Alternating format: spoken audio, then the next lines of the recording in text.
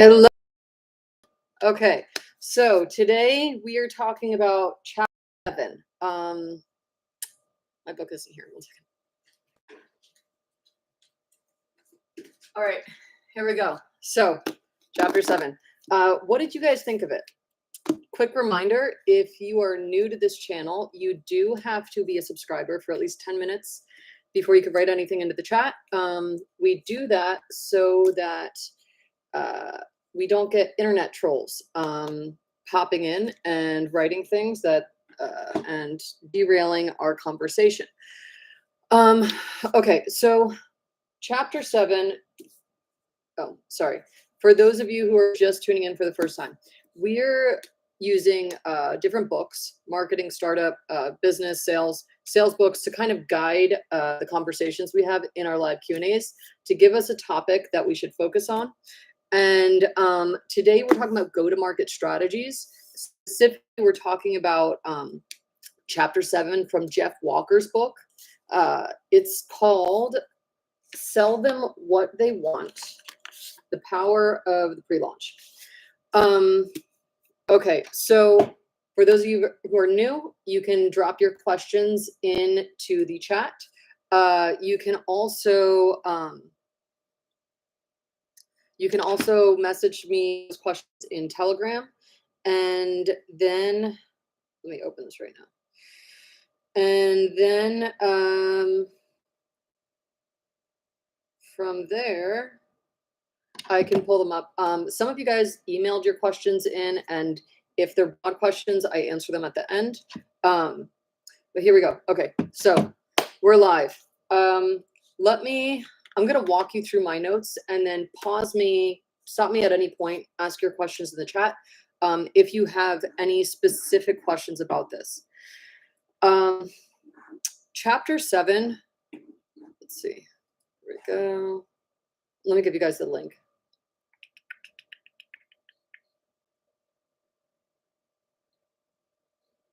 Okay.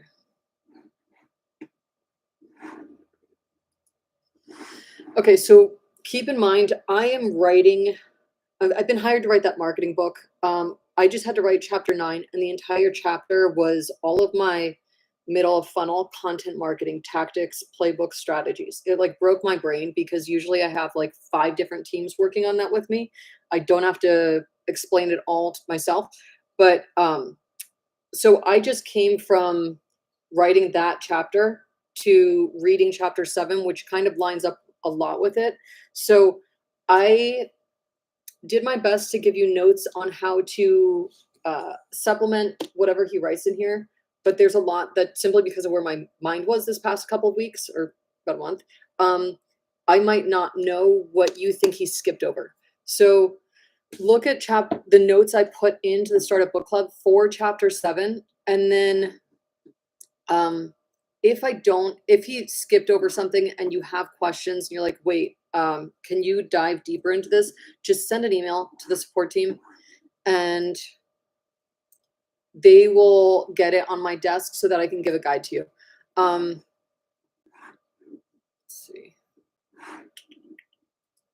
Okay, I'm going to show you my screen. And SEO. I hated how he was like, SEO is impossible. Guys, you have the playbook. I gave you the links to the book. SEO is really easy. It's so easy to rank for your number 1 for you. In chapter 4, we had email lead nurturing, neuromarketing, the pre-launch. And then in chapter 7, the only things I feel like I needed to expand upon a little bit. 1, marketing is like dating.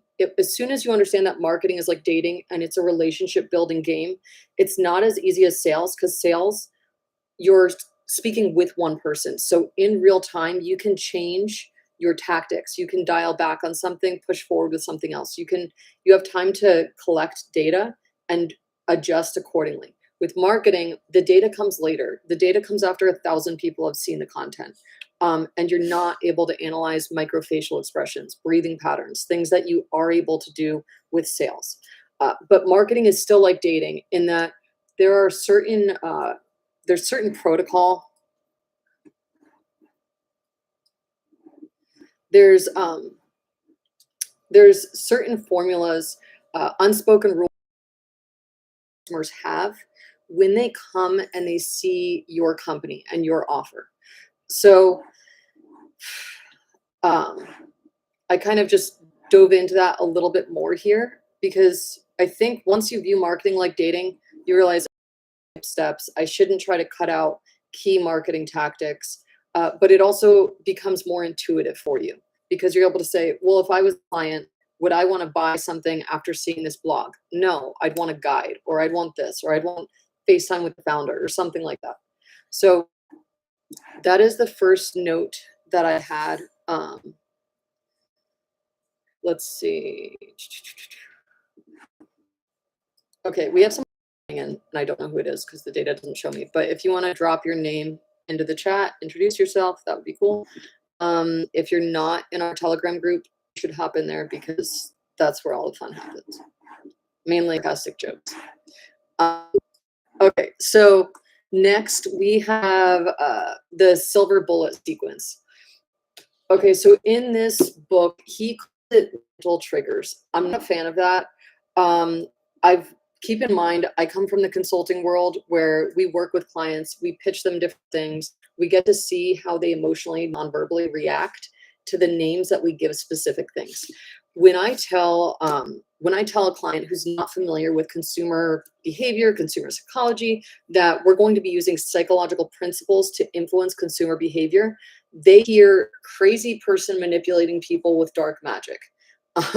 You and I both know, or I hope you're about to know, that it's just basic science and you're actually completing a dating ritual that is normal between a client and a customer, but they don't hear that because of whatever TV show or dark movie they saw. So I use silver bullets. I would highly recommend that even though he uses mental triggers in here, I would highly recommend staying with the term silver bullets if you hope to get into the marketing consulting world at some point.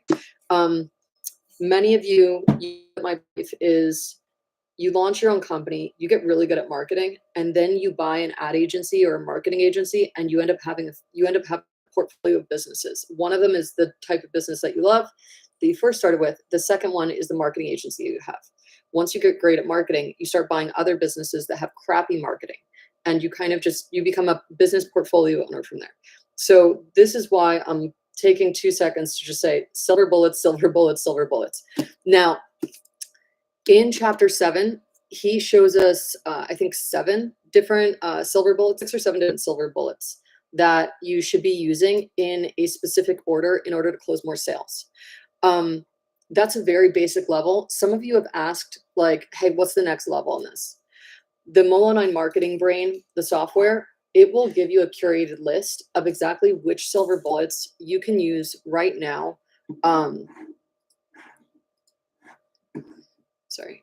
That you can use right now. Let me just click out of this for 1 second because it's distracting. All right. The exact silver bullets that you can use right now with your business based on your 6 KPIs. And then for those of you who are like, I want the fire hose, I want to know everything. I want to know every single silver bullet that you use in marketing on a regular basis. Those are all in the Most Incredible Startups Branding Toolkit, which you can click the link in the Startup Club notes, and you'll be able to pull that up there. Okay, next thing. Stop me if you have questions. In chapter 7, it's on page 103 in my book. I know you guys are tuning in from more than 50 different countries. So you have different translations, you have ebooks, whatever. Let me find what it looks like. 1 second.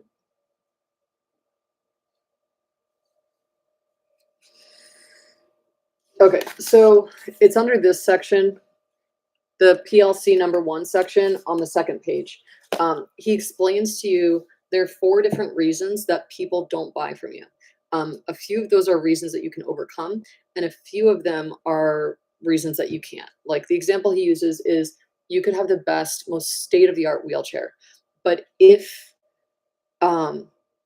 your aunt doesn't need a wheelchair, she's not going to buy it. And there's nothing wrong with you. There's nothing wrong with her. There's nothing wrong with the wheelchair. She just doesn't need it.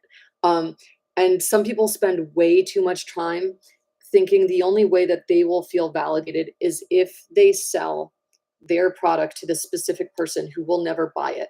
Um, and in that same amount of time, you could have used a fraction of that effort and gotten tens of thousands of buyers just by going somewhere else. Um, yeah. Okay, tying this back to the dating world, I have a friend who's gorgeous, super intelligent, very accomplished. She is a total alpha female, and when we've traveled through a lot of countries together, and it's funny because in some countries, men were really put off by her. They didn't like her. She was too dominant. She was too overbearing. They had all these different opinions, whatever. And I was the quiet blonde friend.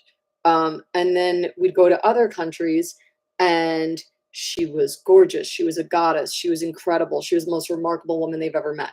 And nothing changed about Italia, but everything, when I just changed like which city we were in, or like I'd make her come with me to London for like a photo shoot or something. Like we just changed the cities that she was in. The reaction and the response to her was incredible. It was crazy. It's different. So you want to think the same way with your startup. You're not looking to fit into whatever environment you're in right now. You're looking for where you're going to be loved, where you're going to be like, where people are going to be excited to have you. I've gone into situations myself, like for consulting projects where people really just did not want me there. And I'm like, look, I'm here to add value. If you don't want me here, you don't need me here. I have other places where they do want me and they'll pay me double, if not triple. So I'm good. I'm going to go. I want you to have that same kind of mindset with your product when you're about to launch it. People are either going to love you, they're going to want what you have, or they're not. Do not waste your time. Do not hurt yourself trying to force people to love your startup and buy your product. You're on a treasure hunt looking for the people that you want to work with and the people that want to work with you. That's it. Everyone else, walk away. If you follow me on Instagram, I sometimes post some really funny memes by this one motorcycle chick about how she handles like negative feedback from people. So if you follow my Instagram, you can see some of, there's like a little highlight. It's called Handle Haters. And you could just click on that and it shows you all these funny things. And like, yeah. Okay, anyways. Next, brainstorming your PLC number 1. Okay, so this chapter 7 is exciting because you're finally launching. You're finally going to market. I would not go to market the way that he does. And you guys already know that I'm not like the biggest fan of this book. I would not go to market the way he does. I would expect to not get a lot of sales using the tactics in chapter 7. But you guys have access to my Proven Path to Profit, which gives you the exact playbook for how I've taken startups from idea on paper to some have gotten to 21,000 in sales, 60,000 in sales, 13 million in sales. That's just a few of the companies that I've used that playbook with. But you have that exact playbook, and if you've if you've used that playbook and you've read chapter 7, you'll see the way that we approach this. It's very different. So I would, yeah. His way of doing it is interesting. If you want to try it, by all means, I would not do it that way. He says that you should start with just 3 pieces of content, and you should, hold on one second. There's the postcard of Germany. Do we have V tuning in? Your home country? I got that when I was to go to some castle or something. So he says that you should give out 3 pieces of content over the course of 7 to 10 days. I would totally expect people to forget about me if I gave them 3 short videos over the course of 7 to 10 days. I would absolutely expect them to have moved on and found someone else to solve that problem for them. We are in an era of content surplus, not content deficit, which basically means, when was this written? 2021. Okay. Which basically means that if someone has a burning problem right now and they really want to get it solved, they're going to find someone to solve it. And if you take 10 days to tell them how you can solve the problem, by day 10, they've already started using their competitor's program or process or project or whatever, and they've completely moved on. So with chapter 7, with the 3 pieces of content, I think the content recommendation that he gives you is an interesting one. I would break this up into a mini course. If you're new to marketing, you're doing this for the very first time, I would not do 3 pieces of standalone content and then try to close the sale. I would do a 5-day mini course.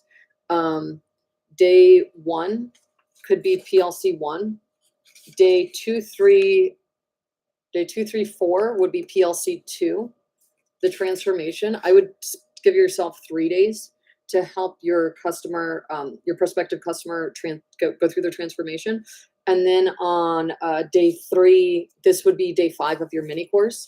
I would give them the mini course as an email drip campaign over 5-day period. And then, let's see, with that, on day 5, you try to close sales. And then after that, there is a specific follow-up sequence that you use. It's based on neurobiology, the math of neurobiology, brain science. It's math. It's I know people love to think that it's voodoo and magic and whatever. It's math. So there's a follow-up sequence you can use that retargets people who didn't make a purchase on day 5, and it retargets them using basic formulas from neurobiology over the course of 365 days. I don't know if you knew that. A lot of people try to retarget for like 30 days or something like that. Your retargeting schedule should actually be 365 days long. I learned that one, I think, when I was working with Boston Consulting Group on the launch of a financial project. But anyways, okay, so from there, what do you have? After that, okay, so you do your launch. You can use chapter 7, if we're going with the pace of his book, chapter 7, you do your launch. If you don't like his launch process, you have mine. And mine is a 21-day launch process that usually it uses organic growth, and it uses something called viral growth loops or positive control loops, which basically means we only use marketing tactics that give you compounding growth. So like in the real estate world, we look at properties where we're going to be able to maximize value very easily with not a lot of effort. I took that kind of mindset into marketing, and with the Proven Path to Profit, we have you're using different marketing tactics that give you compounding growth. So let me give you the link to that in case because I know some of you guys are new and you don't have it.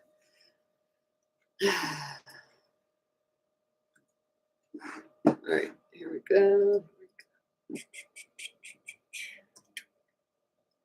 All right. Okay. Next, from there, what does he give you? Okay, so we covered the 3 types of content. I gave you the path that I would use for the launch instead of this one. I've never seen something like this one convert well. And the whole point of us reading this book together is I'm making sure that I give you guys the knowledge and information that I have to get the high conversions, to get the results. I don't see this converting highly for a first-time founder. I don't see this converting highly for someone who isn't like a total sales maven. So as your protective older sister who wants to see you succeed when you work, because I think it's really unfair when someone's given the wrong playbook and they work really hard in the wrong direction.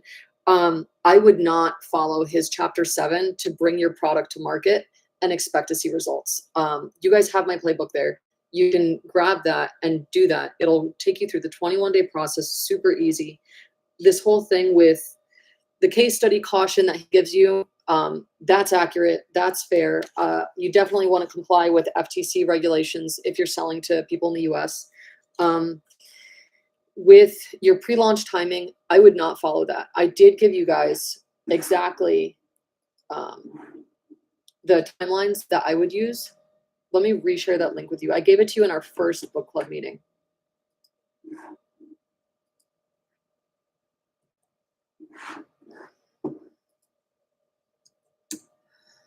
All right.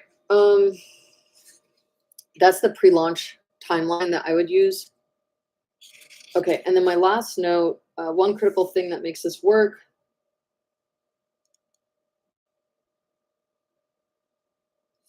Okay, he's just reiterating everything, and he's trying to tell you to join another program. Those are my notes from chapter 7. Do you guys have any questions? If not, I'm gonna sit down because my knees hurt. That's what we're doing. Okay. Yes, I put a hammock in my office because I finally can. Okay, so questions. Let's hear them. Any questions? Sorry, I turned off Telegram. Oh, V, you're here. And Andy's here too. Okay, good. So you guys didn't comment in there, so I wasn't sure if you were here. The video is pixelating for me. Okay, let me check. For those of you tuning in from another country, we had our elections yesterday, so the internet is a bit wonky today. Okay, and V, yes, I would do 5 pieces of I would do 5 pieces of content, not 3. Andy, I know you're in the US. I don't know how the internet is in California, but right now in Florida, my neighbors have been complaining about the internet since yesterday. Actually, Sunday? What's today? Wednesday. They've been complaining since Monday. I am on the 5G network. Yeah, the only thing I could try to do is stream from my phone, but then I would not be able to do screen share. Trump broke the internet. Yes, but let's please not get political on here because I hate to be pulled into political debates. I don't keep enough track of them, and a lot of the projects I work on require me to not have public political opinions. So, but yes, he broke the internet. Okay, so let's see. V, to answer your question, yes, I would do 5 pieces of content. Here's the thing. So, okay, I just wrote chapter 9 of the book, and it has my exact project that I would use to create. I had to give them intellectual property ownership of every single project I would use to take a new lead online and convert them into a buyer by the time they finish reading the content.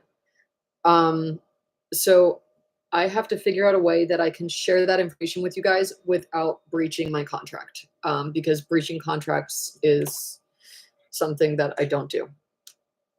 I just don't. It's too critical to my business credibility that I have that reputation of not breaching contracts. So I can't breach that contract.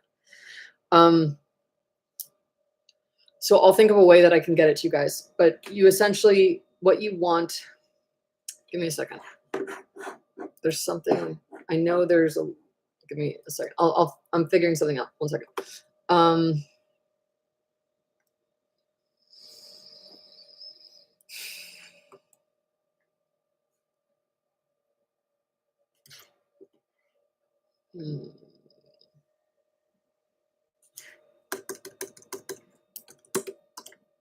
I wonder if my internet's not, or my computer's not. No, I just wiped the hard drive. A couple. Okay. Here's a book. It'll be so much easier when the book is out, and then I can just say flip to page 9.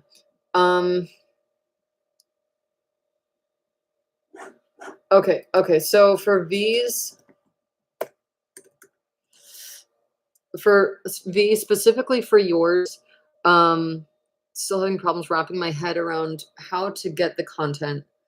So how can I teach something using my product without mentioning it, and then at the last minute make the sale? No, that's exactly what I agree with. Like, it's super weird, right? Okay, so I don't agree with this whole thing of like, don't tell people what you're giving them.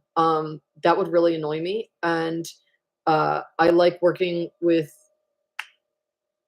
people who don't want to be trailed along. and tricked. It, like, I just, yeah, it didn't make sense to me.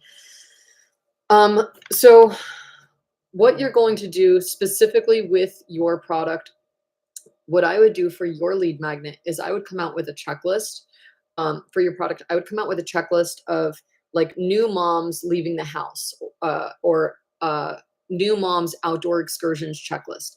Because like when you have your first kid, okay, I have two children. When you have your first child, you you want everything. My husband used to joke that my daughter's diaper bag looked like we were prepping to evacuate to a bomb shelter because I had everything in there. Um, and new parents want that. They're panicked. It's their first child. They're trying not to break them.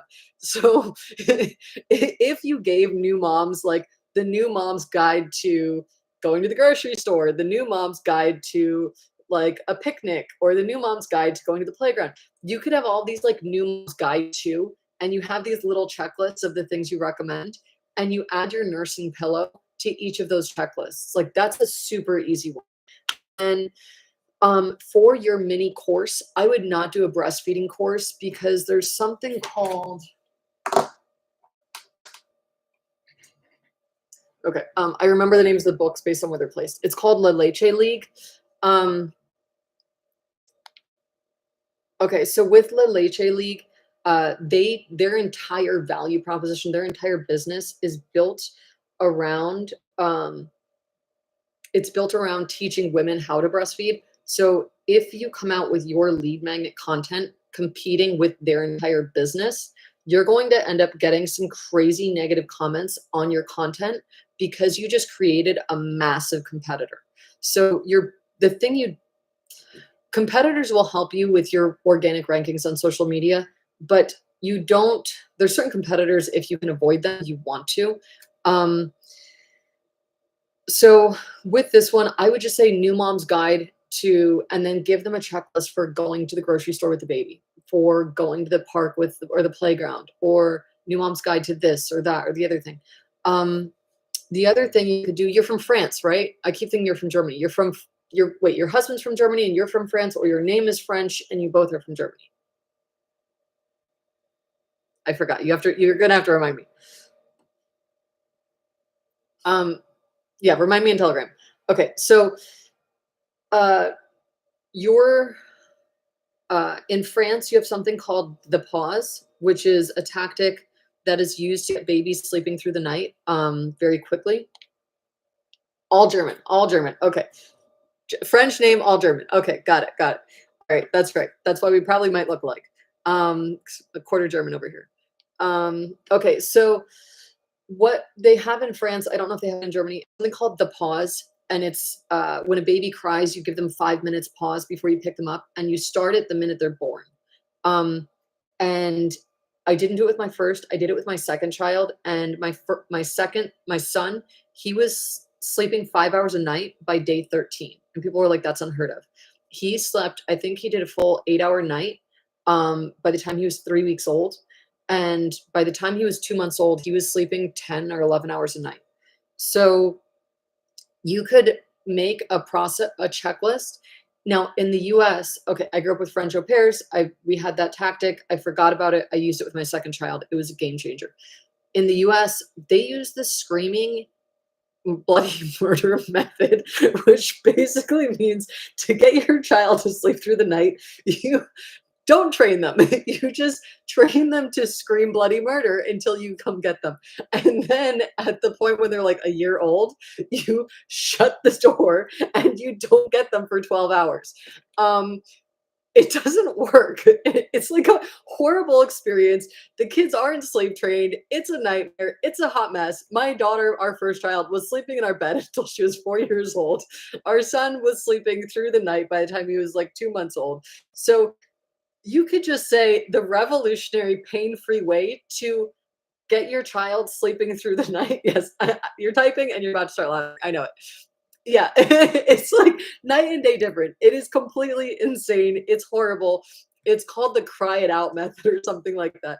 Um, so yeah, long story short, in Europe, you guys have this way of getting children to sleep through the night. That's beautiful and angelic, and they're sleeping through the night within a matter of like just a couple of days after they're born. In the US, they don't do that. So you could come out with this revolutionary guide that literally just explains that really simple concept to people in the Americas, like in Mexico and the US. And then you could talk about, like, you've earned people's trust, you've earned their attention. And then from there, you could bring in the checklists for, um, you could bring in the checklist for, sorry, I'm still laughing. Like, it was a horrible experience. Anyways, you could bring in the checklist for the other things. So you have like the new mom's guide, new mom's guides. And then it's like the first one is read this before your baby is born. They'll be sleeping 5 hours a night by day 13. And then next one is this is everything you want to have in the house, or this is, oh my God, this is your hospital bag. Okay, I'm the middle of like 50 plus grandkids. So, and I'm like smack dab in the middle. I think I have like 10 or 15 female cousins that are older than me that had kids before me. So when I was pregnant with my daughter, they gave me all of the things that they wished they had brought with them to the hospital. You could come out with a checklist of like, this is what you want to have in your hospital bag. And then with what's the next one? Then you come out with the checklist of this is what you want to have in your house set up before you bring the baby home. That's an interesting one because in my husband's culture, it was considered bad. It's considered bad luck to buy anything before the baby is born, and you're not supposed to have anything in the house ready. And then in my culture, it's considered bad luck to not be fully prepared for the baby before they come home. So before both of our children were born, they're like throughout the entire pregnancy, I was getting the room set up. So when I went into labor and brought them home, like everything was ready. Their bed was made. Like everything. The diapers were there. Like every single thing I would need to start like getting into the mom mode was there. So you could have a checklist for that. Expect there to be polarizing opinions with that because of the superstition. So then, oh, and yeah, my husband was very funny. He kept telling his mother, "No, we have good luck. We have good mitzvah because we didn't buy anything." And his sister came over and she saw the house was fully set up and she was like, "You lied to mom." And he was like, "Do not tell her." So yeah, funny stories. Anyways, okay. So what else? A series of checklists. Your course. I don't. Okay, again, I don't know when you tuned in, but the chapter 7, like the way he goes to market is not the way I would go to market. Yeah, marriage is funny, so is having kids.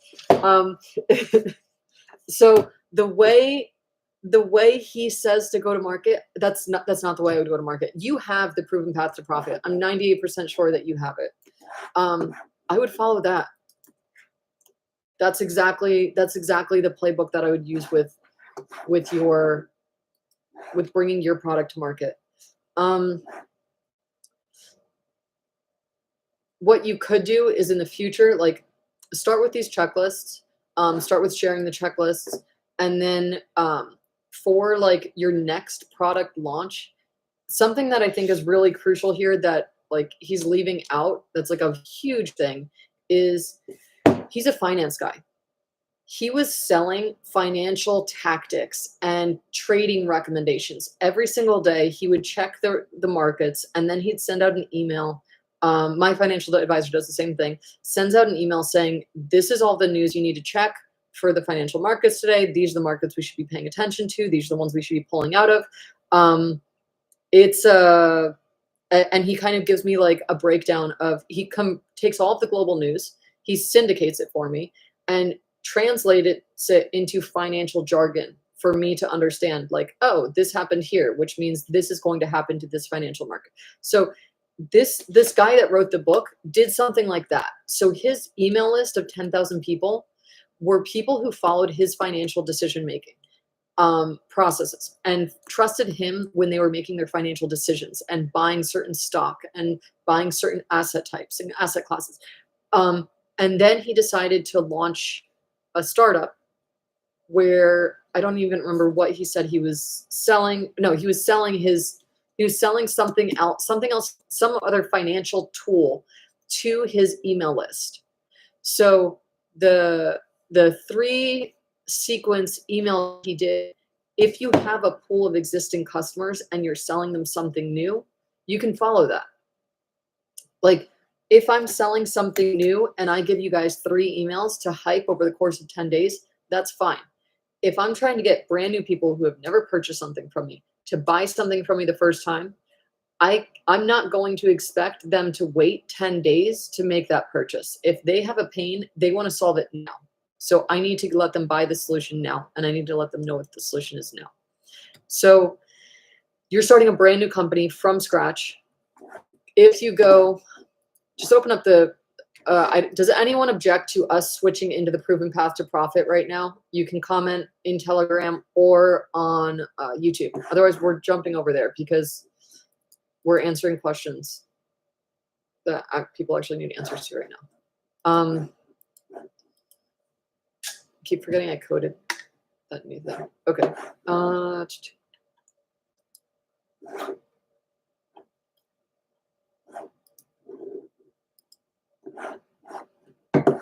Okay.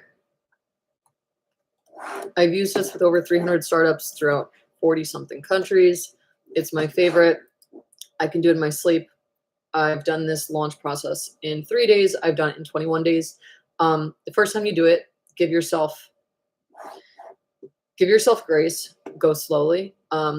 Treat it like training for a professional sport. You don't want to break a bone. It's more important to do the exercise correctly than it is to do it quickly and break a bone. Okay, so we're in the proven path to profit. Let me just run through this. So step 1, you have your website already. Step 2, customer data checklist and collect cheat sheet. I would definitely get that going. Your website is worthless if you do not have data about who's coming into your site, what they like, what they're doing, where they're spending their time, what they value. You need to know that information. Again, marketing is dating. So in sales, you'd get to know what the person's interested in, what they prioritize, and then you would be able to make decisions about how to present your offer to them based on what their priorities are. In marketing, you're not face-to-face with the person. You're using the customer data collection cheat sheet to get that information. So it might seem boring, it might seem over your head. Do not skip it because you can't get that data later. You can't get data about people who already went to your website like 10 days ago if you didn't have your data collection set up. Okay, market research. This right here, this single task that I put on day 3 is how I get so many paying customers for early stage companies. You're doing market research, but you're also figuring out who your earliest customers are. Molo Nyan's first customers came from this survey, and I show you the exact survey that we use. There are lots of different variations to this. When you say to your friends, hey, I am launching, when you say to your friends, hey, I'm launching a, sorry, give me a second. Okay, I'm having brain fog, so I'm using something to break the brain fog. Okay, when you say to your friends, hey, I'm launching something new. Can you fill out the survey? I want to know, it's like a new product for new moms. Only new moms are going to click and fill that survey. So you just taken all of the humans and you've narrowed them down to the market qualified leads. Let me say that again. Okay. You've taken everyone that you know, and by saying, I have a survey for a new product I'm creating for new moms. I would love it if you could share this with your friends and have them fill it out. They're only going to send you something called market qualified leads. So people who are more likely to buy from you. You don't want your grandmother to fill it out. She's done having kids, but you do want your friend who has kids to fill it out.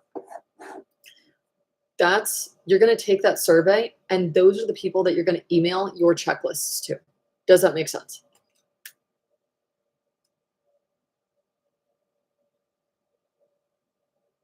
You can let me know in Telegram or in YouTube.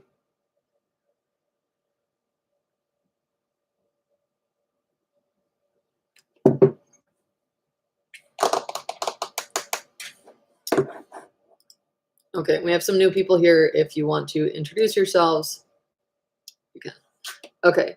Yes, it makes sense to Andy. V, does it make sense to you?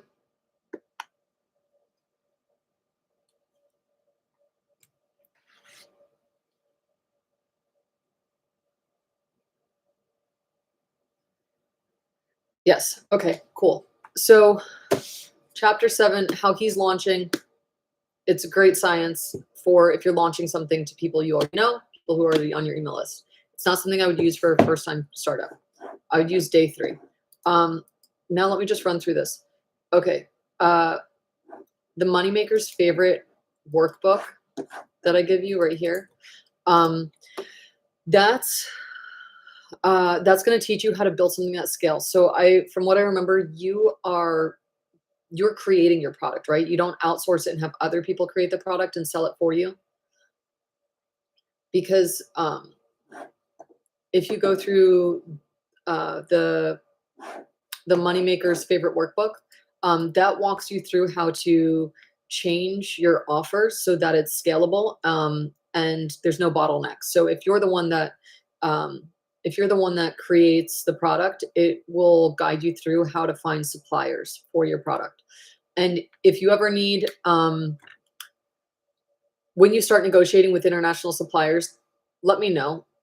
There's some negotiation tactics you can use. Also, try to laugh as much as possible. And the biggest thing you need to know is something called Incoterms. What that basically means is it's a contractual agreement. Okay, so you make your own product. So when you start using suppliers, you're going to want something called Incoterms. It's there's a part in the contract where you agree with the supplier upon who is in charge of shipping, customs, and delivery. And you'll see like a really cheap supplier whose deal is you have to figure out how to get it from their warehouse in China to the US. Then you'll see a supplier whose price is maybe like 20% higher, but they deliver it all the way to your door. They pay customs, they pay everything, they pay the freight to bring it over, they cover everything. You want to pay the 20% more to get it delivered to your door. A lot of people don't know what Incoterms are when they're first getting into working with international suppliers, because we don't use it with Amazon. We don't use it with the companies we order from in the States. But okay, so that's that. Okay, in the Proven Path to Profit, do you want me to just keep blasting through this? We have 15 minutes. I tell you, this is what I say to set up for an automatic welcome email for new customers. And where is his thing?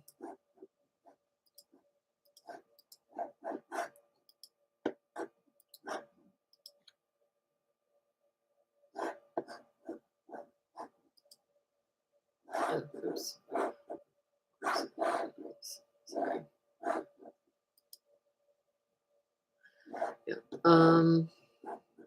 You might be familiar with Incoterms if you're in Germany. I remember when I lived in Spain and I would order my Korean skincare products from Japan, I would have to negotiate my Incoterms, like when buying products, even though I was a consumer, not a company.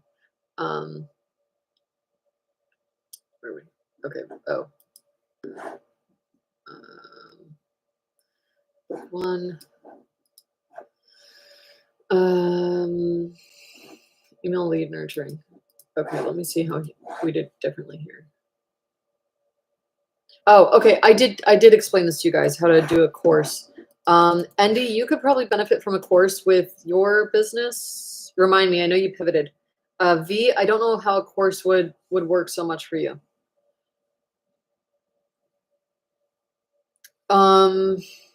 Also, V, email the chat support team. I wrote a pregnancy tips and guides. I wrote all my notes down for like my friends and cousins. You could probably use that to start creating your checklists. Just keep it close to yourself. I don't publicly want people knowing all of my birthing tactics. That's kind of personal. I'm happy to share it with women. I just don't want it to get publicly out to the rest of the world. So, okay. You have the email nurturing there. Next, yeah, getting your first 3 paying customers. Okay, what do you have questions on? Tell me what your questions are.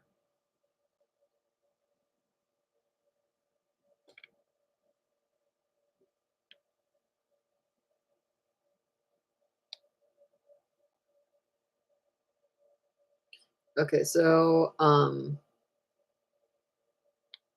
Andy, is your streaming working better now? Okay, you're selling custom CRM solutions. Yes, I absolutely would do a mini course there because I use CRMs and I'm not understanding what a custom CRM solution is.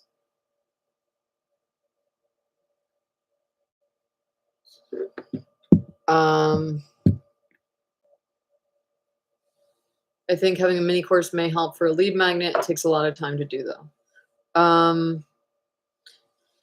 Yeah, your mini course could actually be really easy. The biggest thing you would want to do for a mini course for you.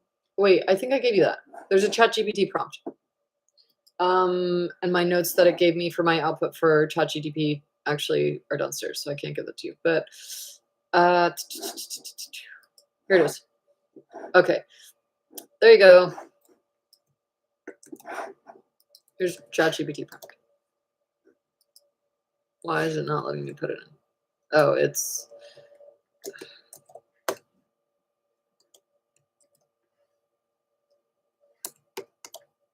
There you go. Okay.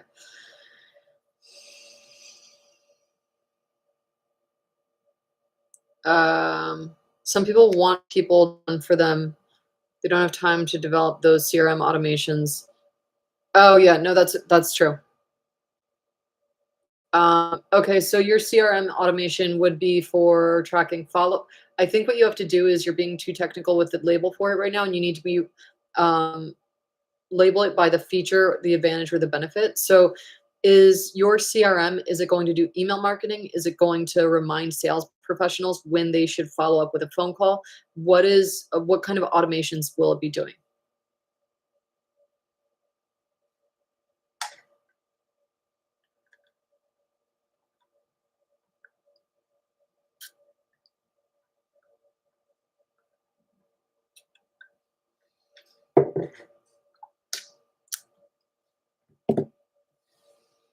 Automate follow-up, better conversions. Okay, even with that, I would still drill down and be a little bit more specific. Follow-up, reminding salespeople to call to follow up, or is it doing email follow-up?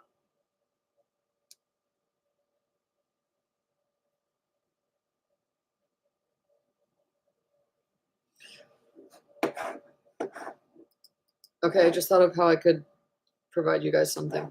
Um,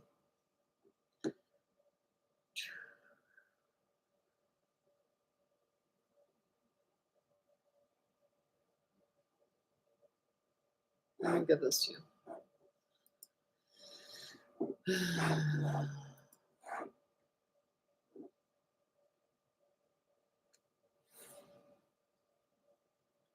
Okay, so automate follow-up for better conversions.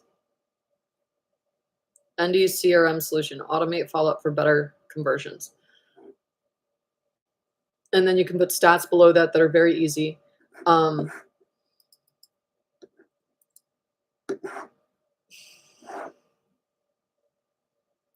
Okay, give me a second. Look, I'm going to share my screen for a second. You guys are not going to freak out.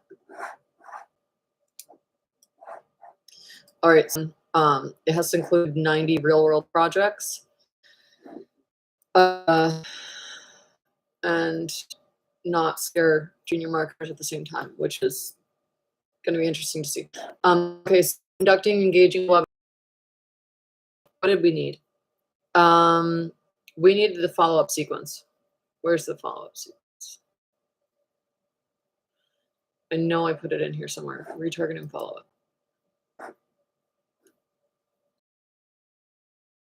This is the follow-up. So if someone doesn't make a purchase, you follow up with them. Oh, here it is. Yes, I store information in my brain in numerical patterns.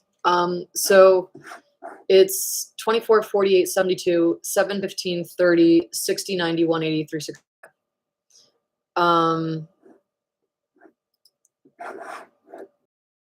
So what you're doing with that is you follow up with them 24 hours after they attend your course, then 48 hours later, then 72 hours later, 7 days later, 15 days later, 30 days later, 60 days later, 90 days later, 180, 365. And all of that is not 7 days, then plus 15. It's days after their completion point. So 24 hours after they finished your video, and then 48 hours after they finished your last video. This is the follow-up sequence that you could use with your own business as well.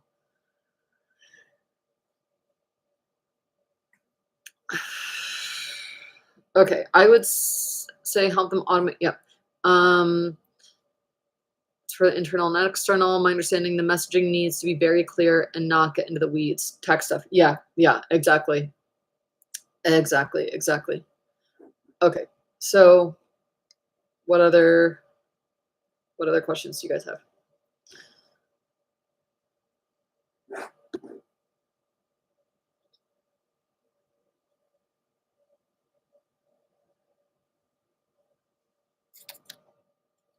Any questions about the follow-up sequence? You're good? Okay. V, do you have any other questions, or do we kind of answer them?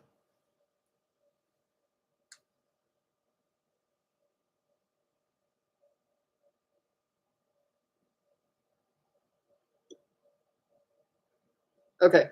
So if there are no other questions in here, and no other questions, oh, V, you're asking. Go ahead. Catastrophic Soul. Oh my God, I love that name so much. Okay, let's hear it. What's your question? I seriously love that username.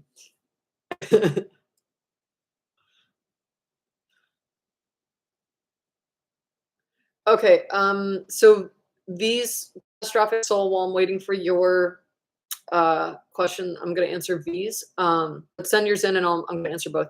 So V said he meant video the go-to. Is that true, or it depends? Okay, so I'm going to pace while I talk to you guys about this one, because pacing helps me think.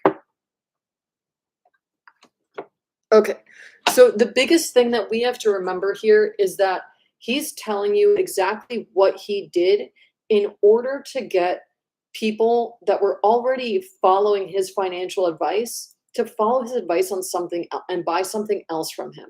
So I kept trying to figure out, like, why do so many startups love this book? But he's teaching you how he did something, but he sold to an existing audience. That's the biggest thing there.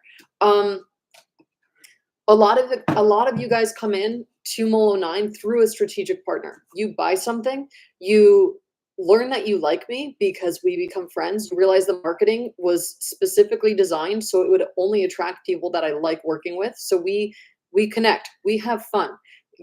I try to make marketing fun and easy for you guys. And then if I were to follow this process with the 3 videos, you guys would be more likely to buy it because we already have that relationship. For a brand new startup that is trying to launch something and scale really, really fast and get a bunch of new customers, I would not follow Chapter 7. I really wouldn't. I know he said that video is king and that you should do things this way. I've seen that work for existing brands to launch a new product or launch a new offer to their existing client base.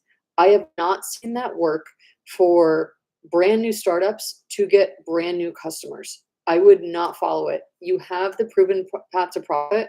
I'll make you a deal. You're cute with your German accent, having fun in Mexico. If you go through the proven path to profit, the Molo9 one, with your nursing pillow, and you record it as like a docu-series, like talking about what you did, what results you got, I will put it on my social media. It will promote you. It'll promote your brand. It will also help you to find new customers. But I really think that you should go through that with your specific product. when you launch your second or third product, what he's saying to do in chapter 7, I'm sure that'll work with your existing customers, but you need to build up that customer base first. Does that make sense?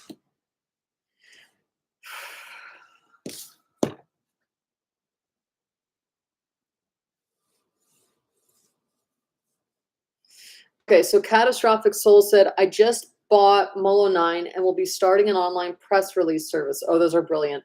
My God, you guys make so much money. Good job. Good for you. So my question is about marketing correctly to get customers to use my services. I don't have a social following. I have it cut off the rest of your thing, I think, because there's like a restriction on how much you can post. So can you finish the rest of your message? Because it says you don't have a social following, but you do have something else, but I don't know what that other thing is.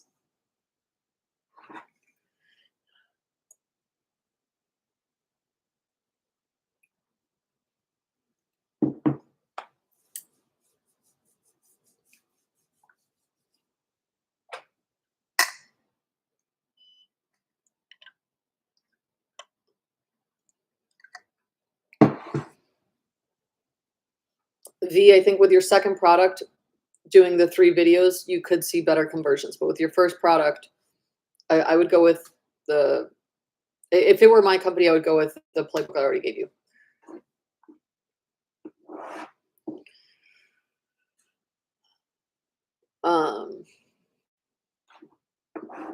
Catastrophic Soul, I'm still waiting for the rest of your message.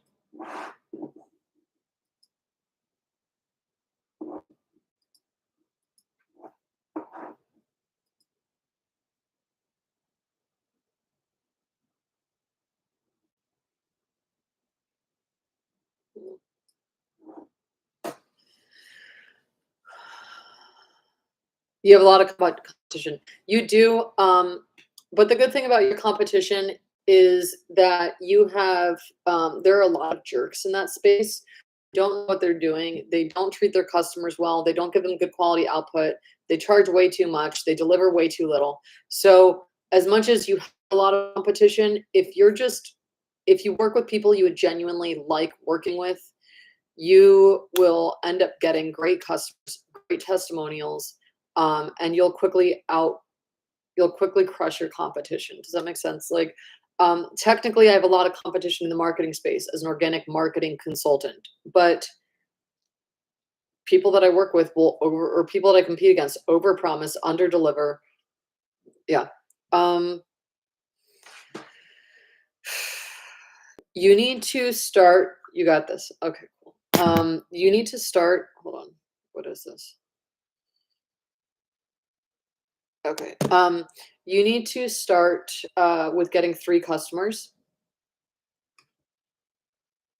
Did you get Molo9 or did you get the entire marketing toolkit as well?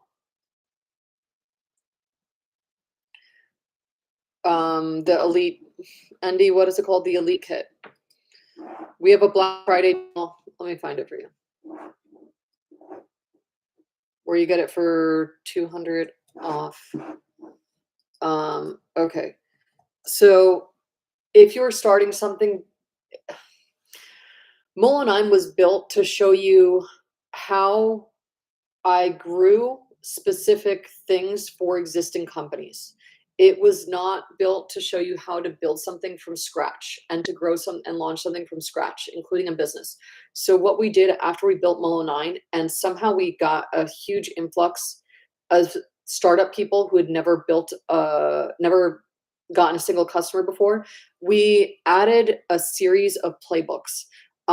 They're called the entire Elite Startups Marketing Toolkit. And it walks you through everything I do with a brand new startup to take them from 0 and not having any customers all the way up to most of the companies that we've gotten to somewhere between like 20,000 and 60,000 by the time they finish implementing all those playbooks. So there is a Black Friday deal that's coming out at the end of this month, but I already got the code for it. Let me send it. Are you in Telegram? It's in the Telegram group. Andy can't remember the name either. That's okay. Neither can I, and it's my company. Here it is.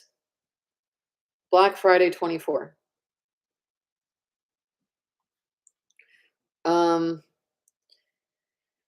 This okay, okay, yeah. So then what I was talking with V about where I was like, look, this is what you do, this, and this. Black Friday 24. Yes. So you're gonna use that code will automatically be applied here.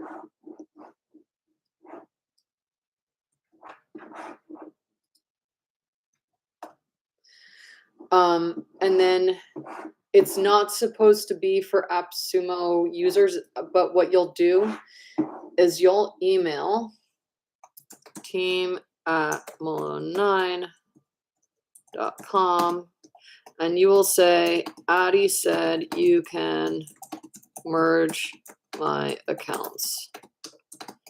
Please add these playbooks that I bought with this account.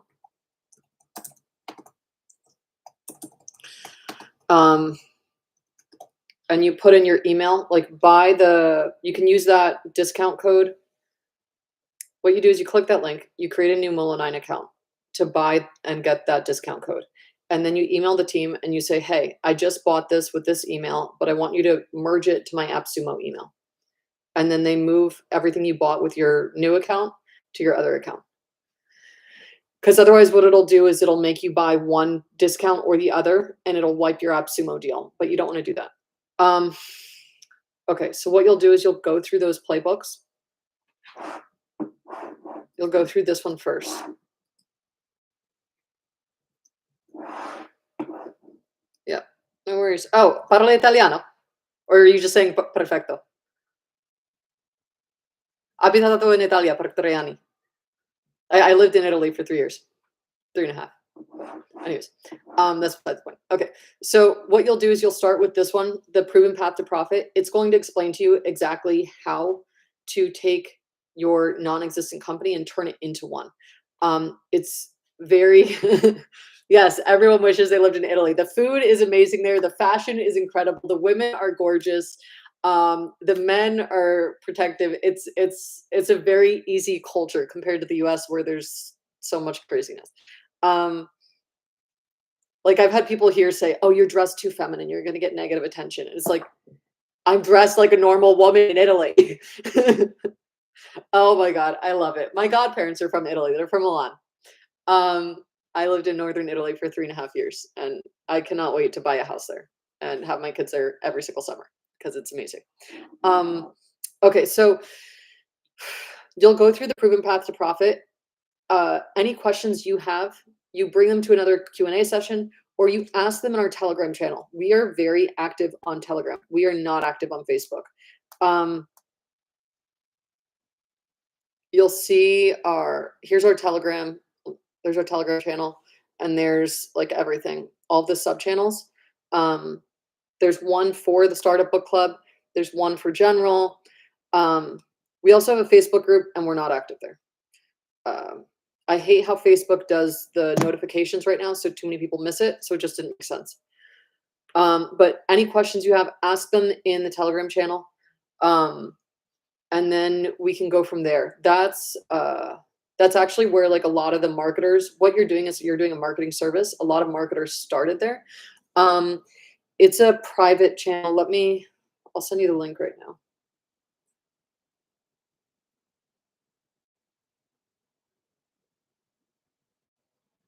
Okay. Okay, I don't have Telegram on my computer. I just had to wipe the hard drive, so I didn't set it up yet.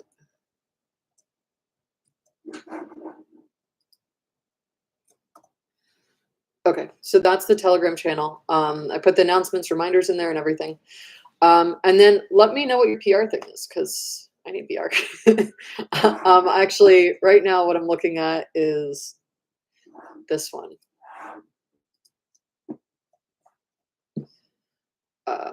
That's a service that I'm looking at using. Yes. Yeah, it should be. Yeah, and then there's so much you can do with PR. Actually, okay, I'm gonna tell you this right now. Some marketers, they take those playbooks, they look at the different strategies that I have in those playbooks, and they actually start offering one of those individual strategies to their clients. Here's an example. When you after you get the proven path to profit, you're gonna click this, save this link. You're going to click this link. Where is it? Sorry, let me find it.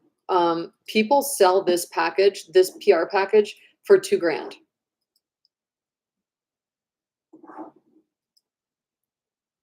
So you could look at this PR package and you could sell it for $2,000. They sell a watered down version. What you would do is say, hey guys, I'm offering a D. Susan's exact PR package for whoever wants it. And then if you're doing this for people, I can then, when I have somebody who wants this done and I don't want to do it, I can get you to do it. So that's why I love bringing marketers in here who are like, hey, I'll do this project for people for this much money. And I'm like, great, I'm outsourcing to you. Because a lot of PR people will only do the first half of this project that's in that link. They don't do the whole thing. But if you do the whole thing, then I know you're going to do the whole thing for like anyone I refer to you. And I don't have to come in and add on. And that just makes my life easier. Okay, and then this also shows you the different places that you can post about your clients in order to get them on podcasts. And last thing is, this is my podcast that if you end up with, yeah, it's a whole ecosystem. It's a whole ecosystem. We all sit at the table together. If you have clients who are in the startup space, they can come on. I have a podcast that they can come on and talk about launching their startup. The thing you need to keep in mind is that the audience for this one is high net worth individuals in 36 countries. It's high net worth individuals and politicians in 36 countries. So for certain clients, that'll be the exact show you want to get them on. For other clients, that would like not fit them at all. For V and what she's offering with her thing for young mothers, my audience on that podcast is not at all what she's looking for. With some of my friends who launch like these bigger tech companies, supply chain companies, they have different investment opportunities, financial companies. I have a friend who came on the show. All he does is structure businesses for when they want to exit via merger or acquisition. Those are the types of people who do really well on the show. People who are selling individual products that are to somebody else, they wouldn't benefit from being on that show. But you already know that. If you're in the PR space, you already know how to match the right people with the right shows. Okay. Any other questions? Otherwise, we are like 10 minutes over. It's fine. I love you guys. Otherwise, I'll see you online in 2 weeks. But actually, let me give you the date and time right now, because I think in 2 weeks I have to switch it for something. Okay, so you guys can actually vote on this. I have to. We can do 11 a.m. on Thursday, November 21st, or 9:30 or 11 a.m. on Friday, November 22nd. Which do you guys prefer? I'm going to put it into Telegram and you can vote there. And then I will schedule the announcements for that. Sound good? Okay, cool. If there are no other questions, I'm going to hop off. Oh, last thing. One of my best friends, as some of you know, I'm a third generation international model. I retired and then was asked to come out of retirement, so I can't say I'm retired anymore. She wants to do a micro show on modeling hacks that I learned from being raised by with a grandmother and a mother who were both models, because there was a lot of crazy rules that they would make up that I didn't realize like have a long-term effect on healthy aging, things like that. So it'll be like a 5 to 10 minute show, and we'll bring different people on to share their own beauty hacks. If you guys are interested in that, email me and I'll figure out a way for you to come on that show as well. All right, see you guys. Bye.